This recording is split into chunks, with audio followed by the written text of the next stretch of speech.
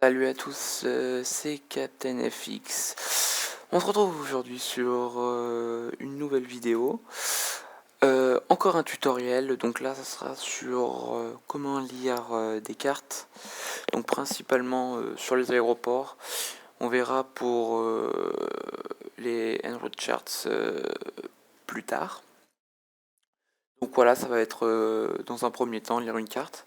Donc on va reprendre le vol de ma précédente excusez-moi, vidéo, c'est-à-dire le Nice-Toulouse. Donc voilà, on va lire les cartes de départ de Nice. Comment choisir ça? D'abord le parking, le taxi, la piste, choisir aussi son seed, son arrivée sur Toulouse, et la même procédure, le taxi sur Toulouse, et trouver trouver comme il faut sa gate. Donc, tout d'abord, nous sommes donc sur Navigraph. C'est un logiciel qui demande un abonnement. Je sais plus exactement à combien il est. C'est un abonnement à l'année ou au mois. Je crois qu'on a le choix. Et du coup, je m'y suis abonné parce que les cartes sont à jour. Et quand on fait du vol en réseau, c'est vraiment pénible d'avoir un contrôleur aérien des fois qui vous dit quand les taxis ont changé, allez rouler Alpha 3 alors qu'il s'appelle Charlie 6 maintenant. Voilà quoi. C'est vraiment pénible parce que du coup on se perd. Du coup avec Navigraph les cartes sont toujours à jour. Après, à savoir que c'est un tuto pour lire des cartes. Les cartes, vous pouvez les taper, les trouver sur Google. Vous tapez par exemple LFMN Charts sur Google et vous allez tomber sur des PDF, pas tous récents, mais vous pouvez en trouver des pas trop vieux, ce qui fait aussi très bien l'affaire, hein. Vous n'êtes pas obligé de... Je fais pas de pub pour Navigraph et vous n'êtes pas obligé de l'acheter. Donc allez, c'est parti. Donc pour commencer, go to. Donc LFMN, Nice Côte d'Azur, c'est parti. Donc, normalement, quand vous allez excusez-moi, quand vous allez, voilà, donc la première page des cartes, les charts, c'est ça. Donc vous avez des infos en général sur l'aéroport, l'altitude, etc., le nombre de pistes. Euh, voilà, donc là, par exemple, un exemple. Euh, pour les pistes, on vous dit que les atterrissages se font soit en 0,4 gauche, soit en 22 droite, en fonction du vent. Et les take-off, les décollages, en 0,4 droite ou en 22 gauche, en fonction du vent. Là, ils vous disent en quel cas là, on utilise juste la 04 gauche.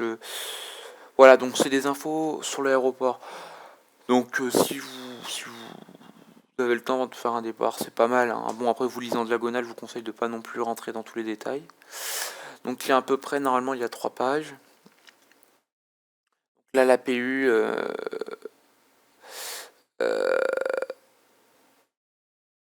voilà, donc on vous dit à partir de quand vous pouvez l'allumer, combien de temps avant vous pouvez l'allumer, etc.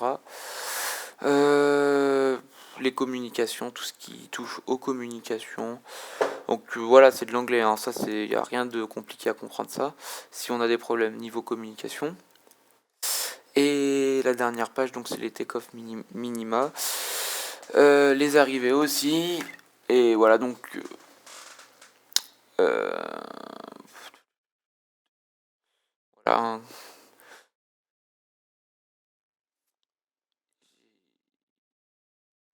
Voilà aussi, voilà, par exemple un exemple pour le départ, la clairance de départ, elle est valable pour 1 minute. Donc c'est très très court, hein, pour ceux qui volent en réseau, c'est-à-dire que du moment où le contrôleur vous approuve le repoussage et la mise en route, vous avez 1 minute pour le faire, sinon il faudra la redemander. Parce que oui, c'est normal, hein, après c'est pour fluidifier le trafic, etc., etc. Donc voilà, ça c'est les 3 premières pages. Celle-ci, je vais pas rentrer dans les détails. Donc en gros là, ça, c'est un résumé des VOR qui entourent euh, l'aéroport. Vous avez les SID, bon, juste les flèches qui représentent les SID. Donc là, c'est une carte qui résume tout. Vous avez les fréquences de la tisse, les 3 fréquences de l'approche, le départ, la tour, le grand, la delivery. Et voilà, donc vous avez aussi des informations au niveau des pistes d'atterrissage. Donc voilà, on va passer là-dessus petit à petit. Donc voilà, là on arrive sur la carte de l'aéroport, donc le sol de l'aéroport plus précisément. Donc c'est une carte des taxiways, donc voilà, là on n'a pas les parkings, hein, c'est gros. Donc là on a les deux pistes, la 04 gauche, 04 droite, ou si les vents sont à l'inverse, la 22 droite et la 22 gauche. On a un rappel aussi en vert à droite des fréquences. Ici, donc ça c'est la longueur des pistes disponibles. Donc voilà, et là, donc sur la carte, on lit les taxiways, donc Sierra par exemple, Tango, c'est celui-ci, Uniforme, c'est celui-ci, Charlie Unité, c'est les holding points, donc c'est les pistes d'entrée ou de sortie, les pistes d'entrée pour rentrer sur la piste ou la traverser. Donc là, Charlie Unité par exemple, ou Alpha Unité.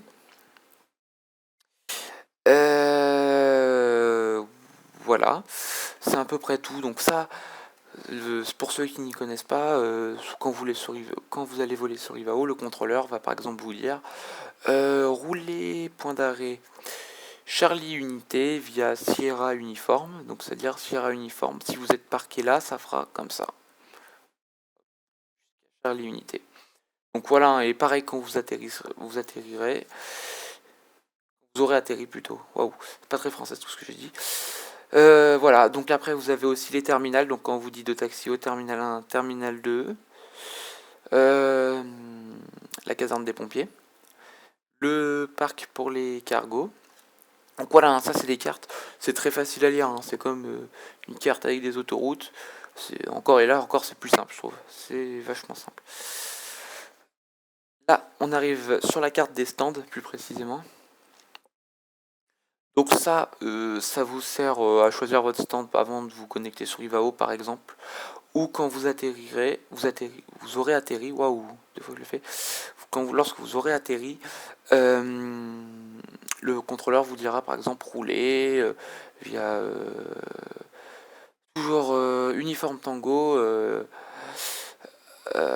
alpha 12 pour 12 alpha 12, donc ici terminal 1, terminal 1, terminal 2. Donc ça c'est aussi simple, hein. Là c'est tous les parkings qui sont représentés par des petites flèches avec des lettres. Honnêtement il n'y a rien de compliqué. Un rappel des fréquences en haut. Là-dessus, oups, il n'y a rien de compliqué. Donc là c'est les coordonnées des stands. Ça ne nous sert à rien. Moi pour la simulation aérienne ça ne nous sert absolument à rien. Et voilà, donc là on va rentrer dans tout ce qui est maintenant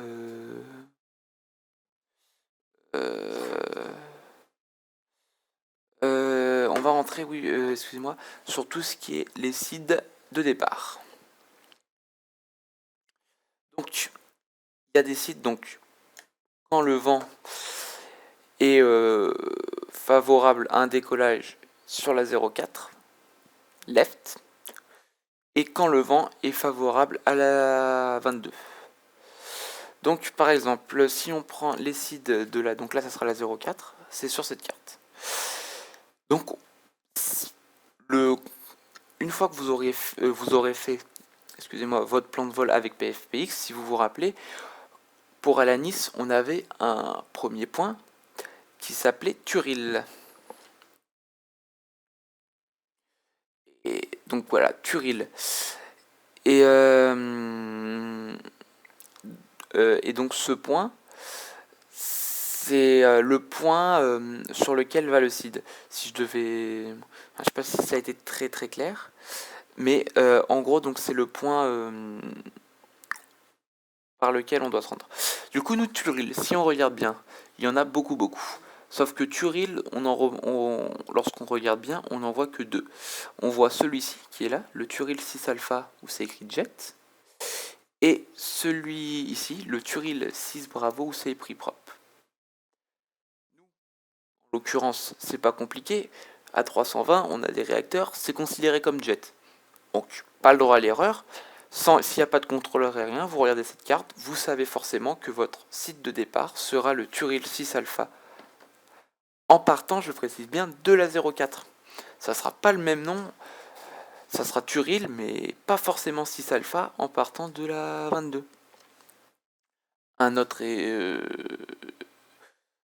exemple, si vous faites un départ long su, toujours dans le sud, ici, on remarque qu'on a Lonsu 6 Alpha Jet ici, et Lonsu 6 Bravo Prop.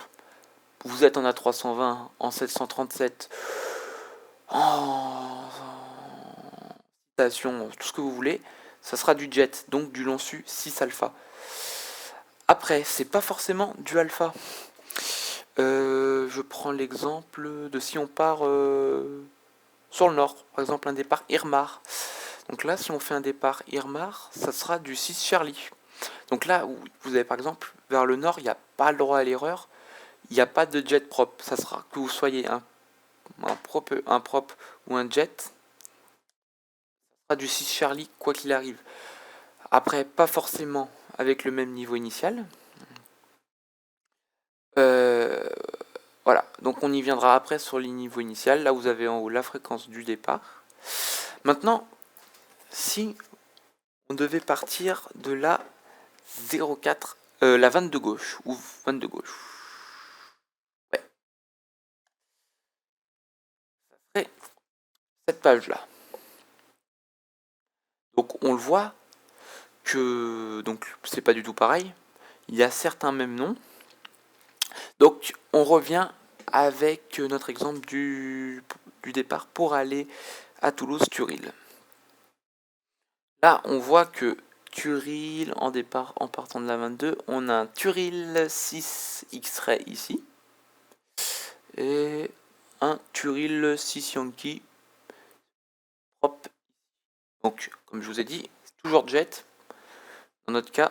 Donc, si on fait un départ de notre 22, gauche, ça serait un Turil 6 X-Ray. Voilà, donc il n'y a pas plus de difficultés que de l'autre côté à lire cette carte, c'est juste faut prendre le temps, voilà, le temps de bien lire les choses, et tout se fait tranquillement. Donc on voit que le CID passe pas au même endroit, hein. Nous, si on suivait l'avion, notre trajectoire elle ferait comme ça, hop. Là, donc on irait sur Resbo, en bas de la carte.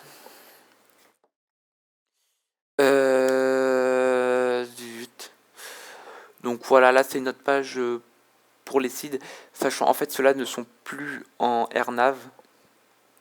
Mais du coup pour nous ça change absolument rien parce que cette page ne nous concerne pas. Voilà, pour simplifier le truc, elle ne nous concerne pas. Parce que nous on fait que de la AirNav. Voilà, donc là on a un récapitulatif de tous les CID de la 04. Donc là sur une plus grande distance. Donc voilà, nous on voit bien notre Turil, il est où? Turil 6 Alpha ici. Voilà, jusqu'à Resbo. Et après là du coup, je crois qu'il est par là le Turil, donc après on part sur la route. Enfin, sur notre route aérienne prévue, Turil, Fréjeur, etc. Donc voilà, là c'est pareil. Donc voilà, maintenant ce qui peut nous intéresser, c'est cette page. Donc là, on a tous les CID résumés sur. Donc il y a plein de pages, hein, comme vous pouvez le voir. Donc il y a tous les CID. Donc nous, Turil, on va pas tous les faire un par un. On va aller sur Turil. Donc il doit être, c'est par ordre alphabétique. La page d'après. Ah, c'est l'avant-dernière. Ok, super. Donc c'est sur cette page. Donc là, vous voyez bien Turil 6 alpha, entre parenthèses précisées jet seulement. Voilà. Là, on a les taux de montée en fonction des altitudes, la fréquence de départ. Et voilà, donc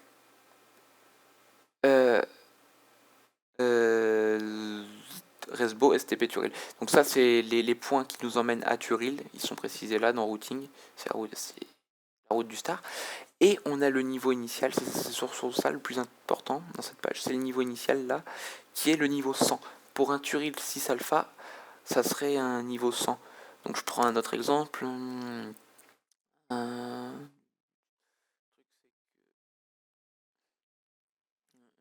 C'est pas un bon exemple.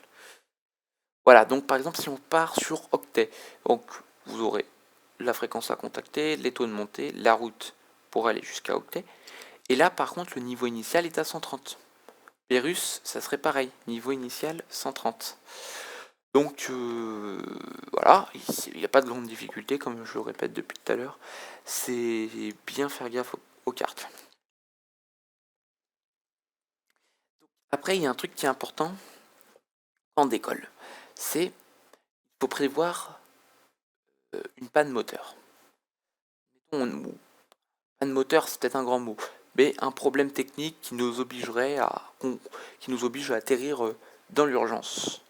Donc pour ça, il faut programmer, avant de décoller dans le FMC, pour atterrir sur le même aéroport de départ. Donc en l'occurrence, la piste d'arrivée, comme on a lu au début, c'est la 04 left. Donc si on veut programmer, souvent on programme, ce sera une ILS qu'on programmera. Donc elle est là, voilà. C'est cette page qui nous intéresse. La ILS 0 ou ILS ou NBB 04, celle du dessus, excusez-moi. 04 left. Donc voilà. Sauf que cette carte, qu'est-ce qu'elle nous dit? Donc là, on a la fréquence de l'ILS. 109.95. Donc ça sera rentré dans le FMC de votre avion. Dans la radio, dans la navigation. Et là, on a le cap de la piste qui est au 0,43. Pour faire atterrir un avion, en ILS, il faut juste ces deux infos. Sauf maintenant, si lorsqu'on décolle, on a une panne moteur, je sais pas pourquoi j'ai envie d'avoir des pannes moteurs. Une panne quelconque qui nous oblige à atterrir. On voit que là, on a une radiale, donc on voit très bien que ça, c'est une procédure qui, en cas de go-around, c'est-à-dire qu'on doit redécoller en toute vitesse, par exemple un vent trop fort à la dernière minute qui nous décale, qui nous désaxe, un avion qui s'aligne, c'est déjà arrivé, j'en ai déjà vu en vrai, des choses comme ça, on doit faire un go-around. Sauf que cette procédure de go-around, elle nous intéresse aussi en cas de problème au décollage. Donc là, c'est les pistes qui sont représentées ici. Et donc ça veut dire que si on a un problème lorsqu'on est ici, qu'on a décollé, on prend une radiale 117 à partir du VOR Azur. Donc vous emmerdez pas, ça vous arrive, vous prenez un cap 117. Vous n'avez pas de FMC, ce qui va vous emmener par là. Voilà. Une fois que vous êtes là, normalement le pilote dans l'avion a programmé un fixe sur Azur de rayons de 27 nautiques avec une radiale 117. Ce qui fait que ça vous ramènera là. Vous allez faire comme ça avec votre avion.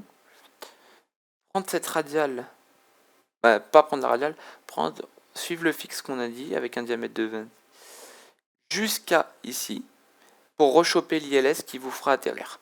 Donc ça vous servira en cas donc de problème au décollage ou de go-around, autrement dit. Donc c'est pas mal, vous avez les altitudes, vous savez que vous faites une montée à 4000 sur Neras.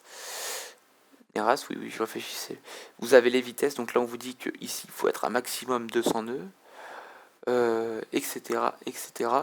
Donc de toute façon, si vous êtes sur Ibao, il y a le contrôleur aérien vous fera faire cette procédure.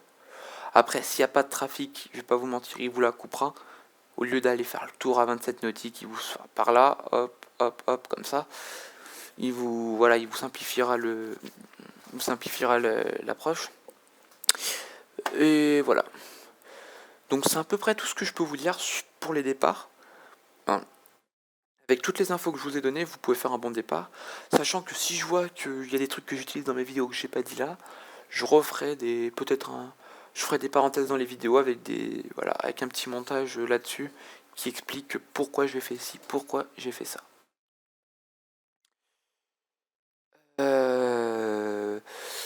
Donc je réfléchis. Voilà, c'est à peu près tout ce que je veux dire. Là, vous avez le taux de descente. Et là, donc là, c'est la piste, taux de descente. Toujours à 4000 pieds. Là, ça représente cette droite. Donc, ça aussi, on verra dans l'avion. Maintenant, on va plus s'intéresser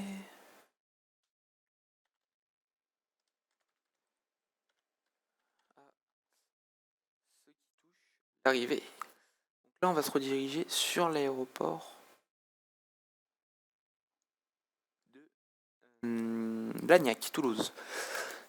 Donc, on va pas commencer par le sol, on va faire dans l'ordre, on va commencer par l'arrivée. Donc, le contrôleur de zone ou d'approche va vous donner une star. Normalement, vous l'aurez avant. Donc, il y a plusieurs types de stars.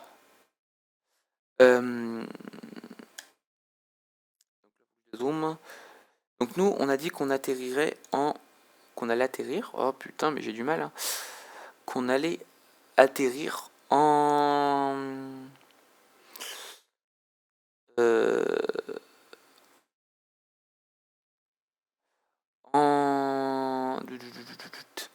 Waouh.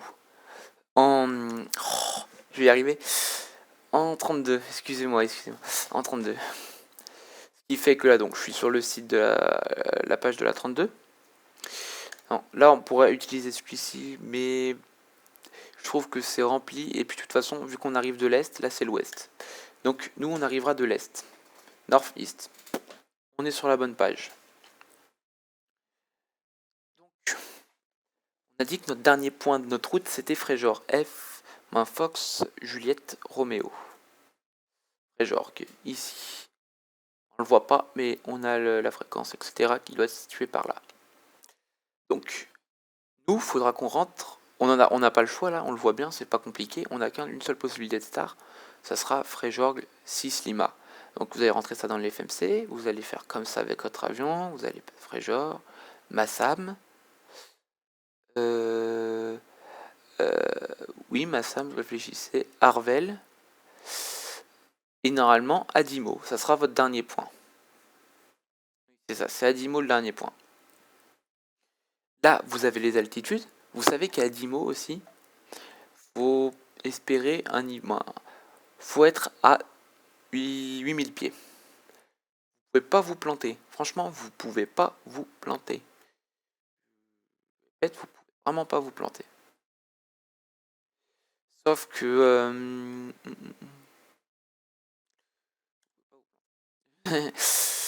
Et voilà. Donc ça, c'est pas compliqué. Vous avez choisi ça. Après, il va falloir choisir la transition. Donc nous, on arrive en 32 left, il me semble. Donc ça va être... On arrivera par Adimo. Voilà, donc nous, on arrivera par là-bas, Adimo.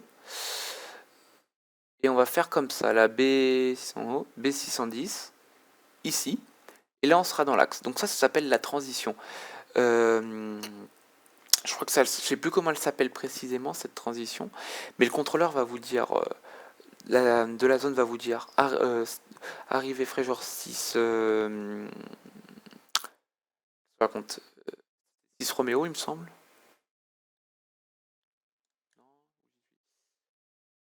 6 Juliette, excusez-moi. 6 Lima. Et le contrôleur de l'approche va vous dire arriver, il va vous redire arriver. Donc Adimo, peut-être c'est 3 Mike, je sais pas son nom, ou Adim, il me semble qu'elle s'appelle dans le FM, c'est Adim. Arriver Adim. Donc là, vous allez arriver comme ça, hop, et IDLS ou une manuelle, ce que vous voulez, mais vous serez dans l'axe de la piste. Vous avez, comme je dis toujours, là, donc vous savez qu'il faut être à 4000 pieds, 3000 pieds. Vous avez les vitesses, et il vous dit d'avoir un maximum de 210 nœuds. Voilà. Donc ça, c'est pour ce qui est de l'approche à la piste. Maintenant, on va voir l'ILS. ILS 32, c'est cette page. Nous, comme j'ai dit, on va arriver d'Adimo ici, comme ça. Hop, on sera là où il y a le IF, ici, à ce point-là précisément. Là, vous allez rentrer, vous aurez au préalable rentré dans votre FMC la fréquence qui est ici, 109.3, et le cap de la piste qui est ici, 323. Vous allez rentrer ça, l'avion, si tout va bien, il capte le lock, après le glide, et c'est tout bon. Vous atterrissage sans encombre. Sauf qu'il faut prévoir un cas, entre guillemets, un peu plus difficile. Ce cas plus difficile, c'est la procédure qu'on voit en bleu là, bleu foncé. Donc, cette procédure, elle nous dit qu'elle se base sur le VOR de Toulouse, le fixe. On va faire un fixe. Toulouse, qui s'appelle TOU, Tango Oscar Uniforme. Et si on fait un go-around, on prendra une radiale 3. Bon, il faudra faire deux fixes. Une radiale 304 jusqu'à ce fixe-là. Il y a un rayon de 10 nautiques. Et après, un cap 251 jusqu'au prochain fixe qui aura, lui, un rayon de 18 nautiques. On va faire comme ça. Hop, hop, hop, le rayon il passe comme ça. Et vous allez pouvoir rechoper l'ILS et réatterrir en douceur. Donc, c'est pas compliqué à lire. Donc ça se programme. Faut pas le programmer dans le FMC, par exemple, à la dernière minute. On est bien d'accord. En général, je décolle. Je regarde qu'il n'y ait pas de soucis, je monte un peu et au-dessus quand j'arrive, on va dire à mon altitude de croisière, à part pour les vols ultra courts où je le programme des fois avant le départ, le fixe d'arrivée. À part pour, oui, comme je disais, pour un vol comme ça, je programme à peu près. Voilà, quand je suis en croisière, je programme déjà mon arrivée, ça, au moins ça. Après le star et le seed, je peux pas, mais on sait avec la TIS, en service, l'arrivée, la piste d'arrivée, pas de souci. Donc une fois que vous allez atterrir, il faudra revenir sur cette carte. Donc là, vous allez atterrir en 32 left, donc comme ça, hop, vous allez arriver, vous allez dégager quand vous pouvez, il n'y en a pas beaucoup des têtes.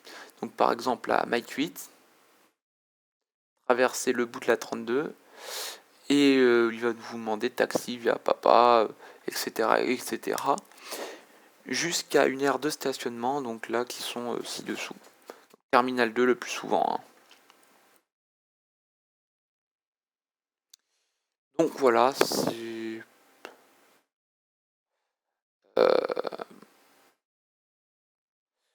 pas grand chose de plus à,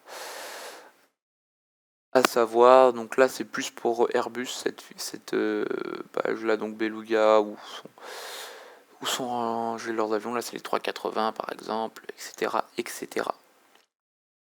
Donc voilà, si vous savez déjà, si vous avez compris mon tuto, vous arrivez à le mettre en pratique sur vos vols que vous ferez, que vous allez faire, c'est super parce que vous allez voir que ça vous simplifie la vie si vous connaissiez pas ça.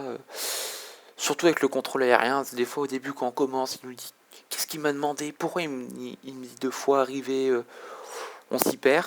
Alors qu'une fois qu'on sait lire les cartes, on comprend tout de suite mieux le pourquoi du comment.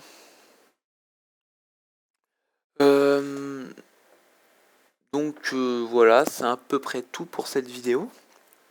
Je pense que j'ai dit le principal. Je referai un tuto pour tout ce qui est les en-route charts.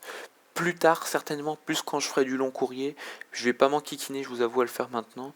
Sachant qu'on a des logiciels type PFPX qui le font super bien. Mais après, ça peut être intéressant si je fais des lives, comme je disais, en long courrier. Ça pourrait être vraiment bien de mettre en pratique aussi ça. Donc voilà, c'est la fin de cette vidéo. Prochaine vidéo, ça sera le vol Nice-Toulouse. Là, donc on va mettre en pratique tout ce qu'on a vu sur ces deux tutos. Peut-être avant, je ne sais pas. Dites-moi dans les commentaires si vous voulez un tuto FMC. C'est le seul tuto que je pourrais rajouter sur A320. A319, moi, Aerosoft, donc ça sera pareil. C'est le seul truc que je pourrais rajouter. Je peux faire un petit tuto de aller un quart d'heure, 20 minutes sur comment programmer le FMC, etc. etc. Mettre un fixe, histoire que vous me demandez pas comment j'ai fait après. Peut-être que je pourrais faire ça sûrement. En tout cas, je vous tiendrai au courant via la page de mon de mon YouTube.